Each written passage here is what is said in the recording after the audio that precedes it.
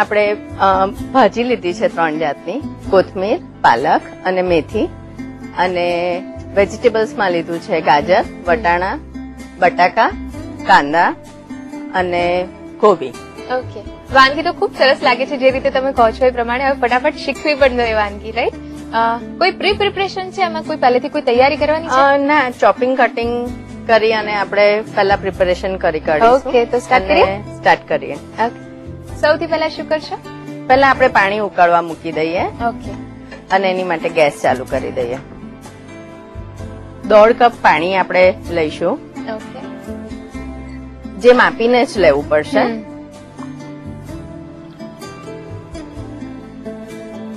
એટલે કેટલી ક્વોન્ટિટી તૈયાર થશે અત્યારે?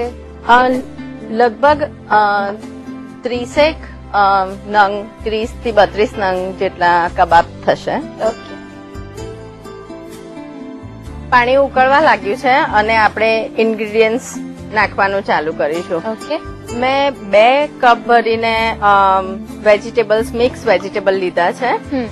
જેમાં કોબી છે, ગાજર છે, કાંદો છે એક નાનો બટાકો છે અને વટાણા ક્રશ કરેલા છે. ઓકે, અને 2 કપ ફૂલ ભરીને વેજીટેબલ્સ લીધા છે, જે ઉકળતા પાણીમાં હું નાખી દઉં છું. અચ્છા, બધું જ કાચું છે.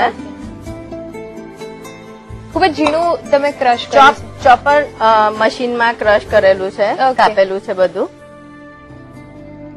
હવે આપણે ભાજી પણ નાખી દઈશું, જે 1 કપ ફૂલ પાલકની ભાજી, વધારે થોડીક મેથીની ભાજી અને કોથમીર થોડીક.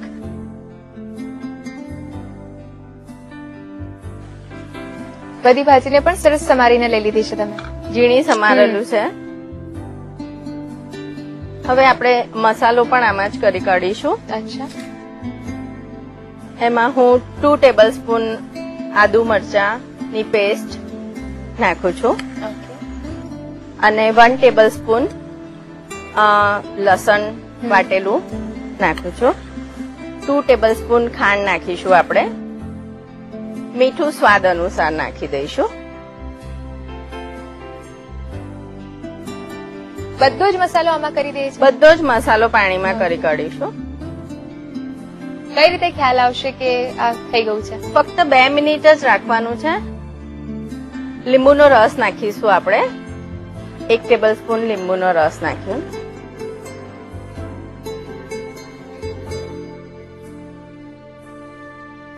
એક કપ ફૂલ ભરેલો આ લોટ છે, જે આપણે નાખી દઈશું.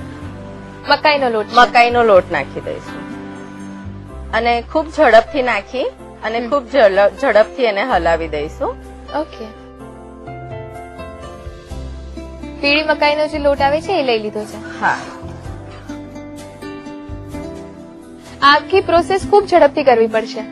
હા, આ ચોખાના ખીચાની જેમ ખૂબ જ ઝડપથી પાણી શોષી લેશે, એટલે આપણે એને ખૂબ ઝડપથી બનાવીશું. ઓકે, એડ કર્યા પછી એને કેટલું કુક કરીએ છીએ? ફક્ત 2 મિનિટ. આ જાડું જેવું થઈ જાય એવું જ આપણે એને ગેસ પરથી ઉતારી હવે આપણે એને કાઢી લઈશું એક વાસણમાં.